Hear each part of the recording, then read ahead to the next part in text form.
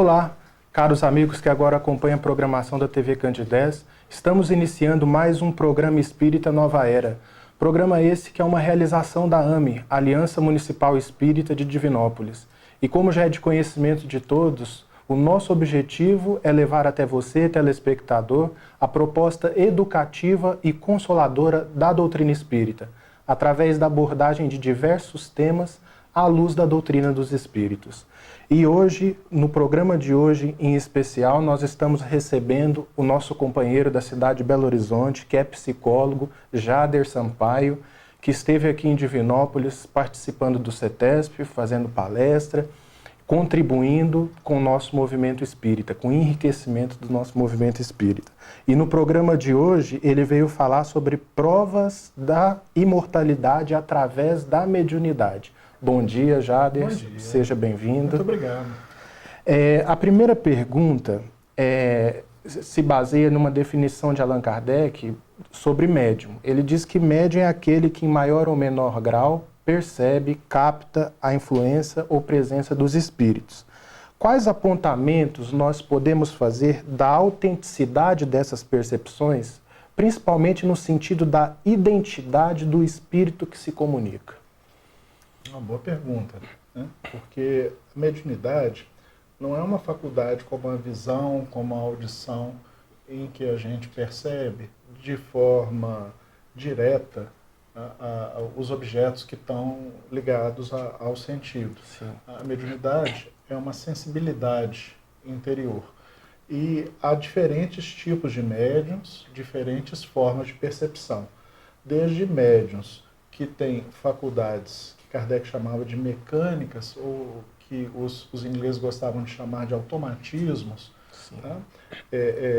Há faculdades que são mais intuitivas. O médium capta o sentimento ou o pensamento do espírito, percebe que é um sentimento ou pensamento diferente do dele, tá? E passa para o papel ou fala para as pessoas que estão próximas.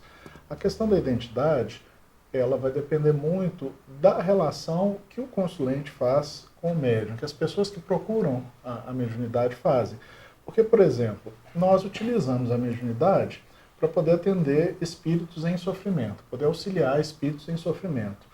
A identidade do espírito não é importante nesse tipo de trabalho. O importante é que a gente seja capaz de escutar bem os espíritos, que a gente tenha a felicidade, tá, de atendê-los de forma efetiva, de compreender o sofrimento em que eles se encontram. Se eles querem ou não dizer o nome, para nós não faz muita diferença.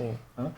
Agora, há pessoas que estão procurando médios em busca de notícias de entes queridos. Isso. Então, para esse tipo de finalidade, essas pessoas que se preocupam em que na mensagem venham alguns elementos de identificação. Sim. E isso vai depender da faculdade dos médiuns. Há médiuns que têm a capacidade de perceber uma série de elementos, como a forma em que a pessoa desencarnou, não só o nome, mas que dão detalhes. Há médiuns que percebem os espíritos, até a vestimenta com a qual eles se apresentam, com a qual relato eles de parentes, né, desencarnados.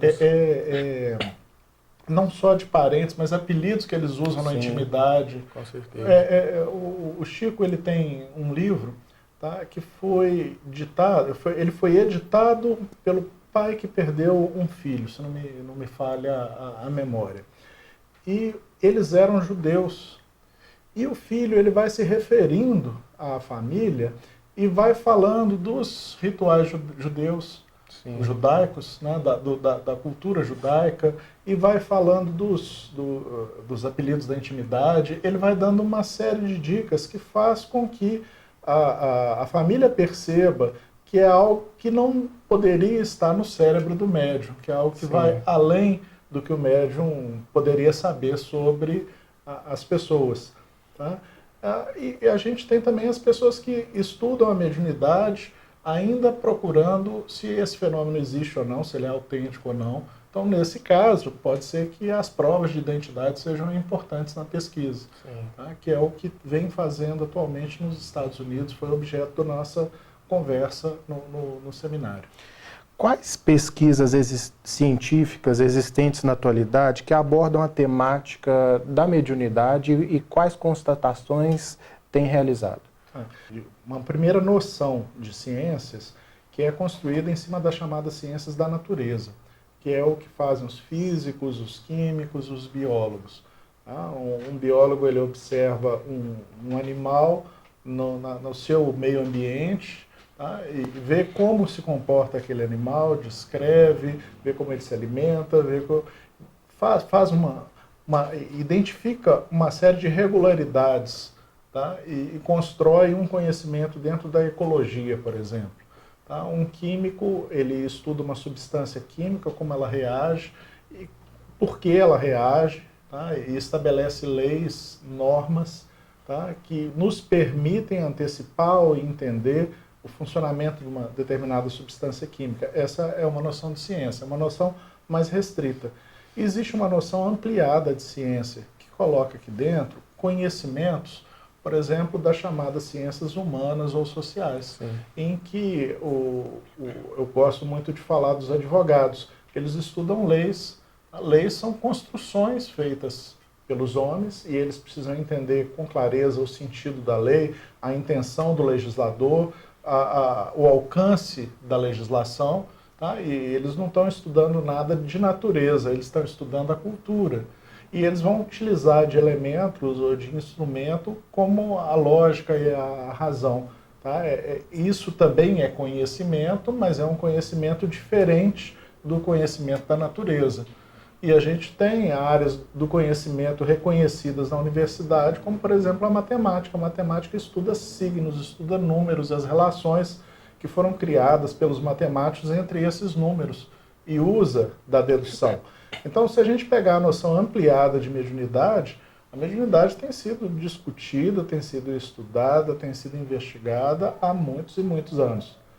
Mas a gente chama atenção para o século XIX, onde a gente encontra na Europa um ambiente de liberdade maior para ir contra as ideias formadas e engessadas da cultura ocidental, quando a mediunidade começou a ser investigada. Então a gente tem o trabalho de Allan Kardec, que é um estudo racional da mediunidade, em que ele vai tecer suas considerações depois de conhecer e de conhecer os médiuns e de conversar com os espíritos. A gente vai encontrar na Inglaterra um interesse maior dos fenômenos físicos produzidos pelos médiuns. Então a gente vai encontrar pessoas como o químico William Crookes, que estudou Florence Cook. Materializações, né? Materializações e outros fenômenos, e fez descrições rigorosas.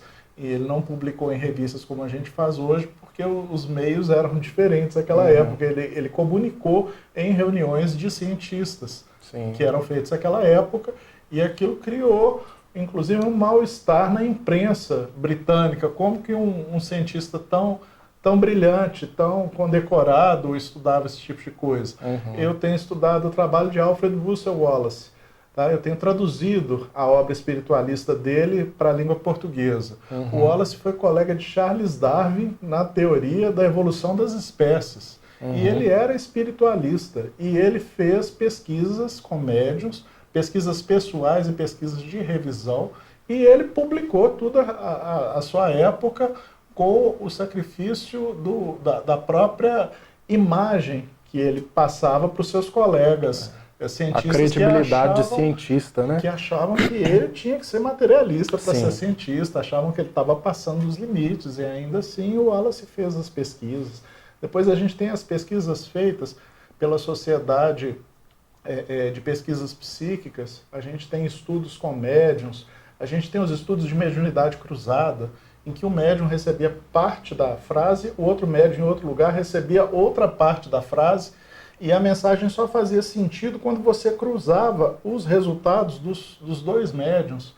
A gente tem estudos, depois as ciências abandonaram um pouco o enfoque nos estudos sobre materializações, sobre efeitos físicos. A gente tem Leonora Piper, que foi uma médium muito estudada e que jamais foi foi considerada uma médium que nunca foi pega fazendo qualquer espécie de fraude e com resultados muito curiosos. Aí a parapsicologia entrou mais no estudo da telepatia e de outras áreas, tentou utilizar a metodologia quantitativa, e mais no final do século a gente está vivendo agora o que eles chamam de revival dos estudos da mediunidade, que são novos pesquisadores que surgiram no cenário e que estão pesquisando seriamente médiuns de efeitos, eles chamam de mediunidade mental no inglês, Sim. que é o que nós chamamos de médiuns de efeitos intelectuais, né? Aqui no Brasil a gente tem um núcleo que é a NUPS, o NUPS, é o Núcleo de Pesquisas em Espiritualidade e Saúde, que funciona na Universidade Federal de Juiz de Fora. Eles vêm trazendo pesquisadores do mundo inteiro, de diversos lugares Sim. do mundo, que trabalham com pesquisas sobre diversos assuntos, inclusive a mediunidade. E eles têm realizado pesquisas e publicado em órgãos internacionais. Hoje de manhã eu dei uma olhada no computador para ver a produtividade deles. Eu peguei um dos pesquisadores, coloquei o sobrenome dele e procurei no periódico SCAPES, que é um dos instrumentos que a gente tem para acessar a pesquisa científica na Universidade Federal de Minas Gerais. Tá? E só ele retornou 40 publicações. Nossa, muito. Tá? Um outro pesquisador, que eu poderia dar o nome, ele já chegou a 100 publicações. Então, eu fico vendo algumas pessoas criticando uma ou outra publicação isolada. A questão é que a gente vem acompanhando o surgimento de muitas publicações de pesquisa sobre mediunidade.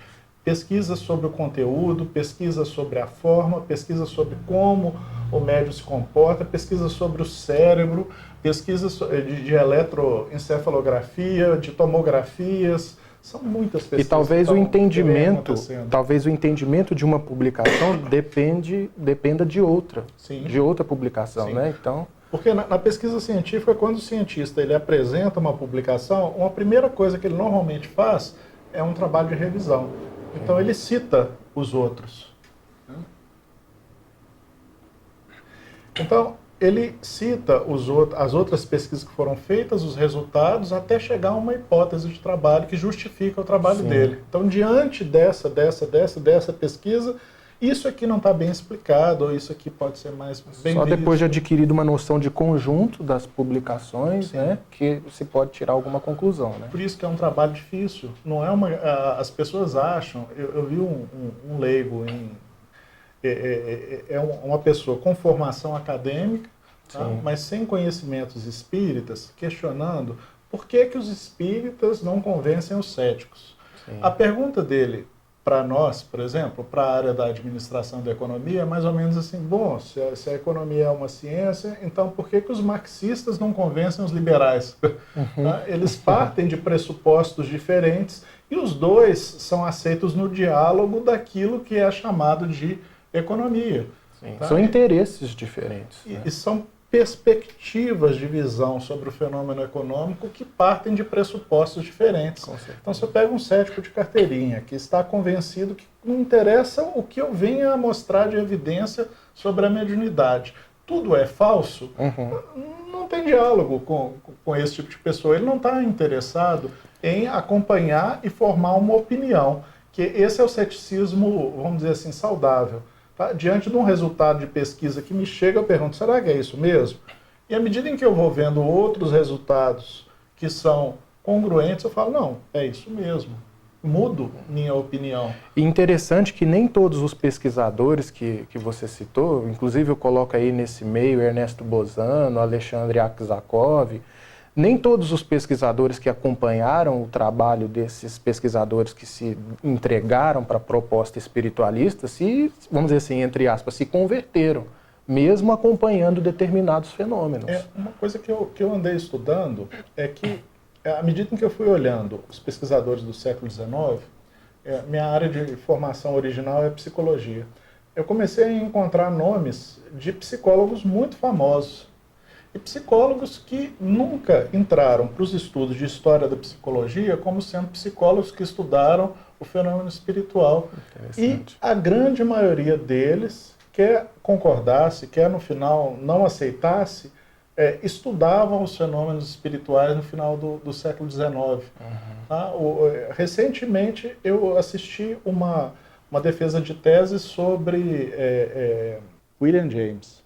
Recentemente eu assisti uma defesa de tese sobre um psicólogo chamado William James. Na UFMG eu já tinha visto um pesquisador dizer que ele era responsável pela retirada do conceito de mente da psicologia, porque ele só conhecia o lado funcionalista do James. Sim.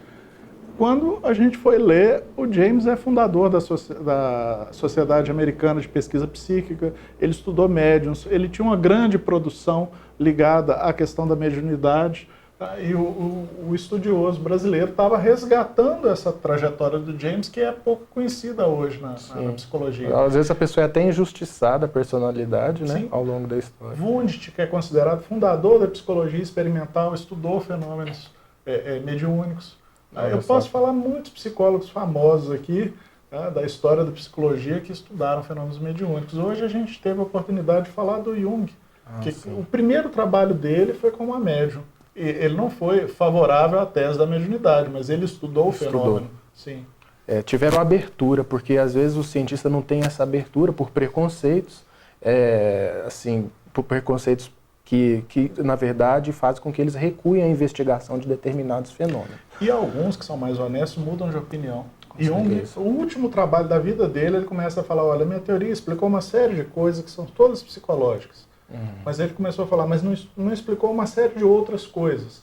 Ele não explicou como que ele tinha dormido e sonhado que tinha ido à casa do vizinho e que o vizinho que havia sido morto tinha lhe apontado um livro. E aí no outro dia ele vai, todo sem graça, pedir a vizinha para poder entrar na casa deles, que ele nunca tinha entrado, e ele explicou, olha, eu sonhei com seu marido me apontou um livro. E o livro falava sobre a vida após a morte. Ele chegou à biblioteca que ele viu nos sonhos, era a biblioteca que lá estava, e o livro não tinha nenhum conteúdo específico, mas falava sobre a vida após a morte. Ele falava assim, olha, isso eu não consigo explicar com arquétipos. Jader, inegavelmente, Chico Xavier é uma grande referência no campo da mediunidade. Inúmeros fenômenos na trajetória desse grande missionário foram registrados pela história. Psicografia simultânea com as duas mãos, algumas curas, até materializações que depois foram repreendidas por Emmanuel depois de algumas experiências. Aí eu te pergunto, até que ponto o fenômeno ainda continua sendo importante ante a urgência da educação do espírito? Olha, a gente tem que pensar no seguinte, são duas coisas diferentes e duas coisas extremamente importantes. Tá? Uma coisa somos nós, pessoas, pensando como viver melhor no mundo, como viver melhor, tá? Pensando como a gente deve educar os nossos filhos, que sociedade a gente deseja construir para nós. Sim. Essas são todas questões que tangenciam a educação. Outra coisa é o fenômeno mediúnico. O fenômeno, continua sendo importante estudar o fenômeno, porque existe uma faculdade chamada mediunidade. Essa faculdade ela é proposta e defendida por muitas pessoas, mas ela ainda não é aceita por todas as pessoas do mundo, há pessoas que questionam a existência da mediunidade, e os estudos do fenômeno, se feitos por pessoas com formação capazes de dialogar com o meio acadêmico, vai trazer novas luzes e vai trazer para nós, que conhecemos um pouco sobre a mediunidade, mais conhecimento sobre como a mediunidade funciona. Então, uma coisa não é contrária à outra. Sim. Agora, cada um de nós tem que ver o que a gente deseja fazer da vida e o que é mais urgente e mais importante para todos nós. Elas não excluem uma a outra, né? Não, na minha opinião, elas não excluem uma a outra. Agora, há pessoas que se enganam acreditando que estão se autoeducando, quando na verdade não estão realmente fazendo o trabalho. E há pessoas que se enganam também acreditando que estão pesquisando, mas na verdade não tiveram a formação necessária para poder fazer o trabalho. Sim. É como se fossem médicos charlatães, querendo exercer a medicina sem a formação médica. Uhum. Tá? Então a gente precisa saber qual é a nossa contribuição, qual é o nosso projeto de vida, o que a gente precisa para fazer o que a gente vai fazer da melhor forma possível. Com certeza. Qual é a diferença, Dr. Jairo, Jader, de educação mediúnica, educação do médium e desenvolvimento da mediunidade. Desde Kardec percebe que existem duas coisas na mediunidade. Uma coisa é a faculdade. Há pessoas que têm a faculdade mediúnica, vou dizer assim, muito tímida, em forma de germe, incipiente, né, e que precisam do exercício dessa faculdade para tomarem contato com o seu potencial, com o que eles são capazes de fazer. Esse é o desenvolvimento. Sim. A educação é a seguinte, um autor espírita chamado Hermínio Miranda, ele compara a mediunidade com a arte. Então, ele diz que as duas são atividades criativas.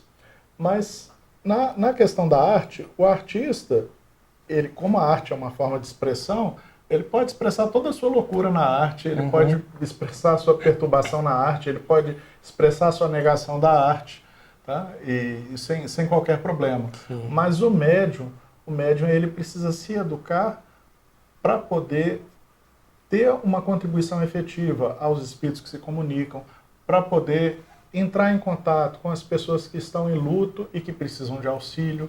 Ele não exercita a sua faculdade em estado de perturbação. Sim. Então, ele faz um trabalho de educação consigo mesmo para o bom exercício da sua faculdade. Com certeza. O Livro dos Espíritos, na questão 799, coloca que a destruição do materialismo seria a grande contribuição do espiritismo para o progresso. Até que ponto a mediunidade contribuiu, vem contribuindo e contribuirá para esse objetivo? Olha, primeiro eu acho que a gente tem que fazer as dimensões. Sim. Porque quando a gente fala em destruição do materialismo, a gente está falando de uma coisa metafísica, abstrata.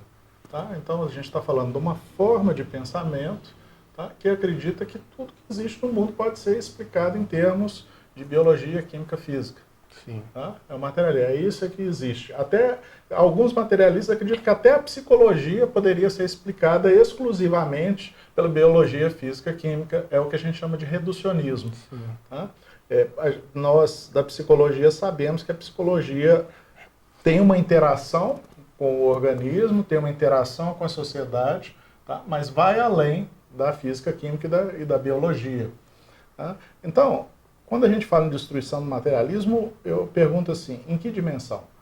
Porque quando o Espiritismo mostra uma série de evidências que vão contra essa forma reducionista de enxergar a vida, o Espiritismo pode destruir o materialismo na mente do amigo que está filmando a gente aqui agora. Sim. Tá? Ele deixa de ser materialista e aceita uma perspectiva. É uma forma de destruição do materialismo. Ele deixa de pensar o mundo dentro dos estreitos cânones de uma pessoa. Mas eu posso pensar num ambiente acadêmico, Sim. então dentro de uma disciplina. Então, à medida em que o Espiritismo mostra evidências da existência após a morte, se as pessoas que estão dentro do ambiente acadêmico, num curso de psicologia, resolvem prestar atenção nos trabalhos e nos resultados que são dados, eles podem desenvolver uma nova perspectiva para poder enxergar o homem e vão ter que reconstruir a psicologia. Uma vez eu estava assistindo uma conferência de um autor que pesquisava psicologia transpessoal nos Estados Unidos, que estava em Belo Horizonte. Tá? E não sabia quem era, não conhecia, era aluno do curso de psicologia, e essa pessoa começou a comentar em voz alta, como a gente costuma fazer aqui em Minas, aquilo que o conferencista falava. E a pessoa falava assim, puxa, ele está falando disso, ele está falando de telepatia. O curso de psicologia devia estudar os estudos sobre telepatia. Olha, daria uma dissertação de mestrado essa discussão que está sendo feita sobre mediunidade. Tá? E eu estou assim, gente, mas que professor diferente, que professor é esse? Era o professor Pierre Vai, que tinha sido um professor importante no departamento de psicologia da UFMG e que tinha uma vida materialista. Tá? Companheiro do Jean-Yves Leloup, né? Sim, ele teve uma doença grave e aí foi procurar um monastério budista.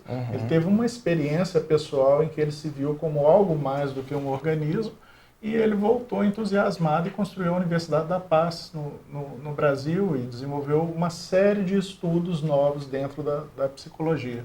Tá? Então, isso não deixa de ser uma forma de destruição Com certeza. do materialismo.